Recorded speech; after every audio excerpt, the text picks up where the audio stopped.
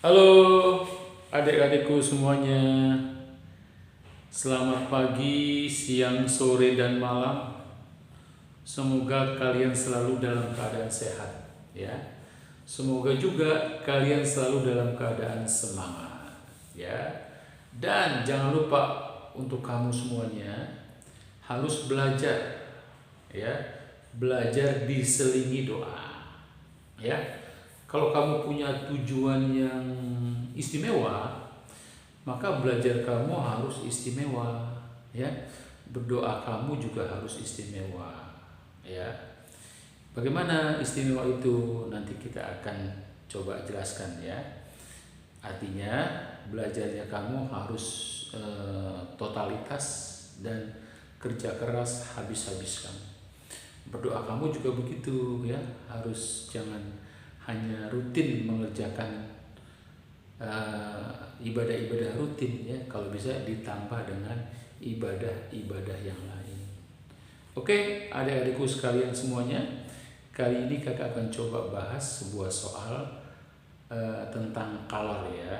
Teorinya udah kakak jelaskan, tinggal pembahasan soalnya saja kali ini, ya. Oke.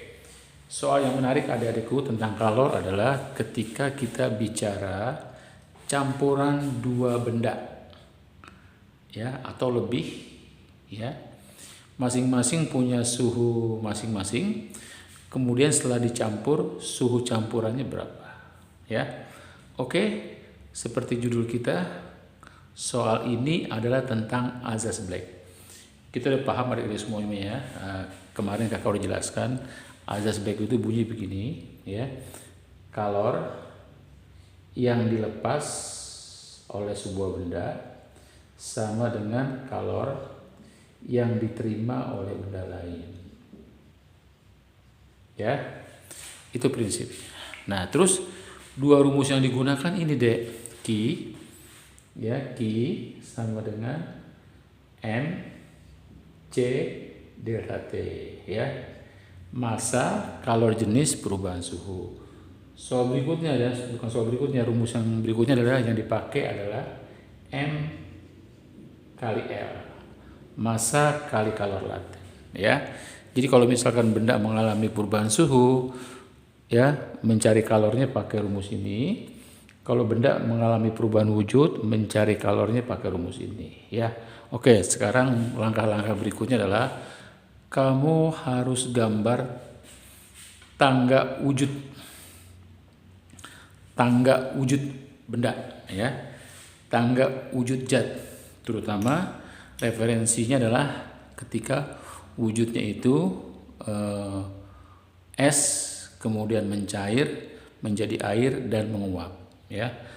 Tangganya seperti ini deh, tangga wujud, ya. Ini es,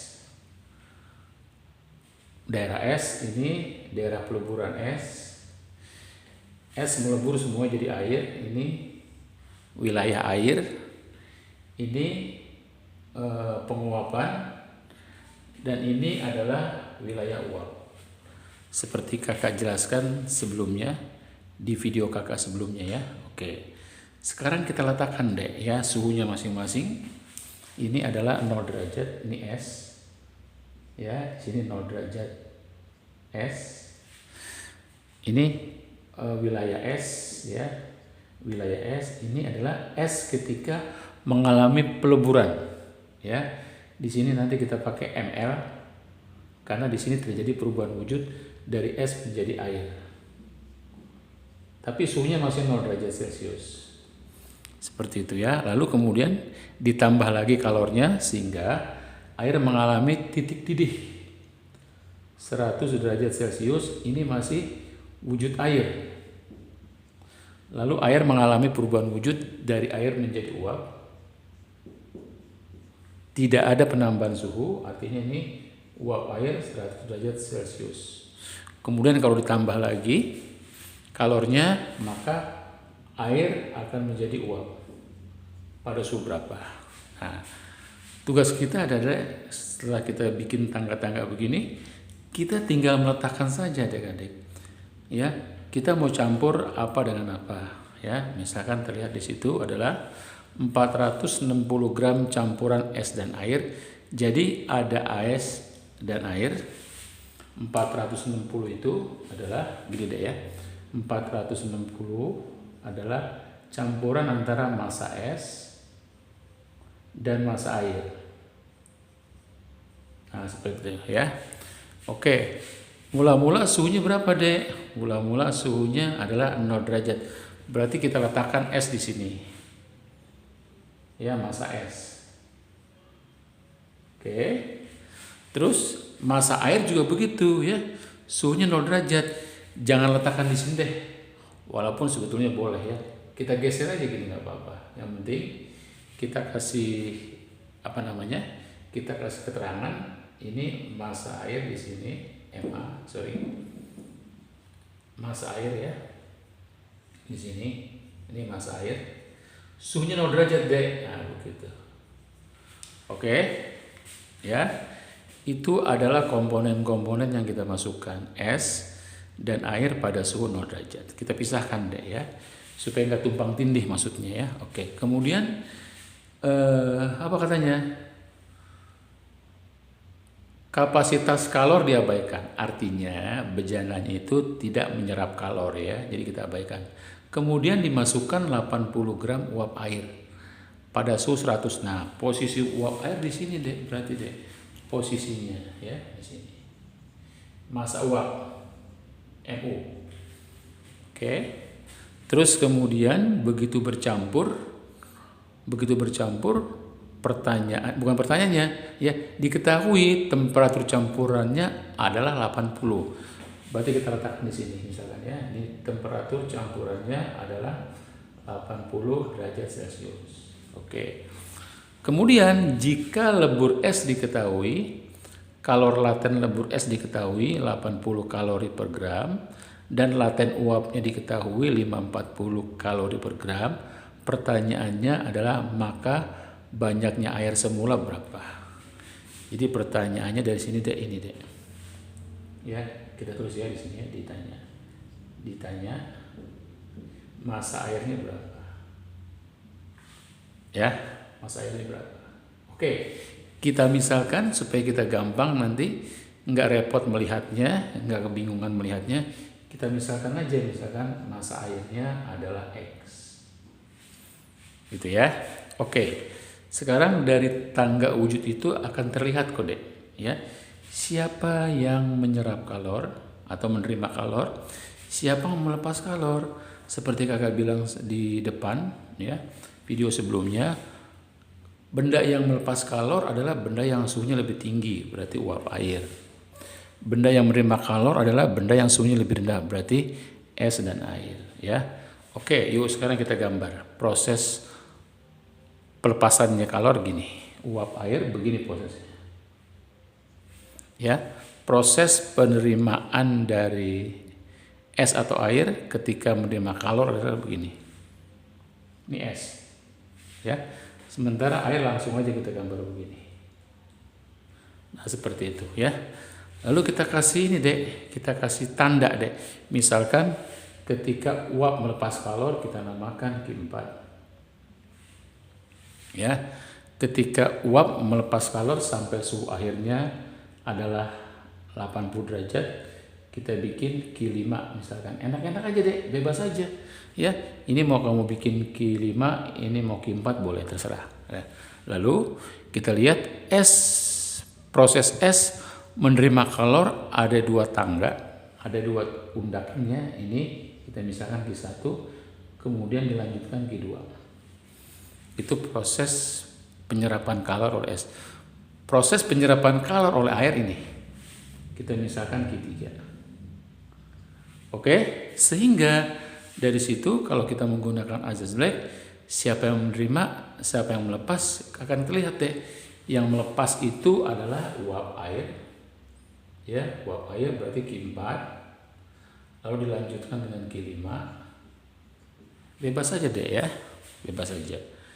Oke, terus yang menerima adalah es dan air. Kita lihat es dan air itu mengalami proses Q1 ditambah Q2 Ini S-nya, sementara Q3-nya adalah airnya. Oke ya. Jadi kita kasih keterangan lagi, inilah yang melepas ya. Ini yang melepas. Yang melepas kalor berarti uap. Nah, terus sementara yang menerima kalor adalah terima adalah es dan air. Oke, ini esnya, ini airnya, ini uap ya. Oke, sekarang barulah kita jabarkan.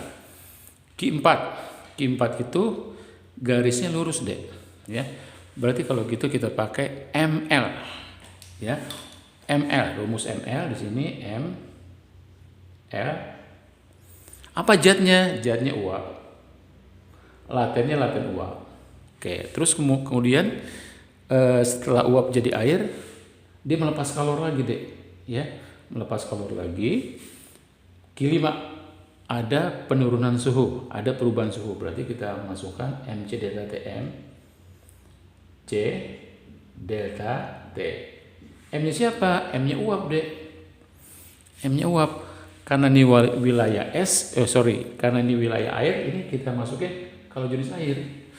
Nah, seperti itulah uraian dari Q4 dan Q5. Nah, sekarang kita uraikan Q1, yaitu es melebur. Ya, es melebur, kita lihat tuh. Terjadi perubahan wujud. Berarti di bagian ini kita pakai ml. Ya, di bagian ini kita pakai ml, berarti ml. Siapa yang melebur? Es dengan kalor lebur es. Nah, itulah Q1-nya. Ditambah Q2. Q2-nya mana? Ini dia. Ketika es telah menjadi air, dipanaskan lagi sampai 80 derajat, berarti ini adalah masanya massa es, tapi masuk ke dalam wilayah air. Jadi kalau gitu kita pakai Mc delta T, karena di situ ada perubahan suhu Mc delta T ya. Oke, ini masanya adalah massa es, es telah jadi air, jadi pakai Ca. Nah, seperti itu. Ya. Oke, kemudian ditambah lagi air. Q3 prosesnya seperti ini. Ya, air langsung mendapat kalor sehingga suhunya terakhir menjadi 80. Dengan demikian, air juga mengalami perubahan suhu sehingga kita bisa bilang M air kalau jenis air kali perubahan suhu. Kita pakai Mc delta T ya. Baik. Sekarang saatnya kita masukkan angkanya. Massa uapnya diketahui, massa uapnya adalah 80. Kita masukin 80. Laten uapnya diketahui 540. Kita masukin 540. Ditambah massa uapnya 80. Ini deh ya, 80. Kalau jenis air itu 1 kalori per gram derajat Celcius. Perubahannya adalah ini dek. Nah, ini dari 100 menjadi 80. Jadi 100 dikurang 80 ya, langsung aja. Ini berarti 20. Oke, sama dengan di sebelah kanan. Massa es adalah 460. Oh iya dek. Tadi kan kita menganggap gini dek. 460 itu adalah massa es ditambah massa air. Kalau massa airnya kakak misalkan X, maka massa es adalah 460 kurang X. Jadi kita masukin aja massa S-nya adalah 460 dikurang X. Nah, seperti itu. Lebur S-nya diketahui deh 80 ya, ditambah massa S-nya kita masukin lagi 460 dikurang X. Kalau jenis S1, delta T-nya ini dia. Ya. Es telah jadi air, mendapat kalor sampai suhunya menjadi 80 derajat. Berarti kalau itu perubahannya adalah delta T 80 derajat. Oke, ini es selesai. Nah, sekarang tinggal air. Air masanya adalah X. Kalau jenis air adalah 1, perubahan suhunya adalah 80. Ini perubahan suhu yang dialami air dari 0 menjadi 80 ya.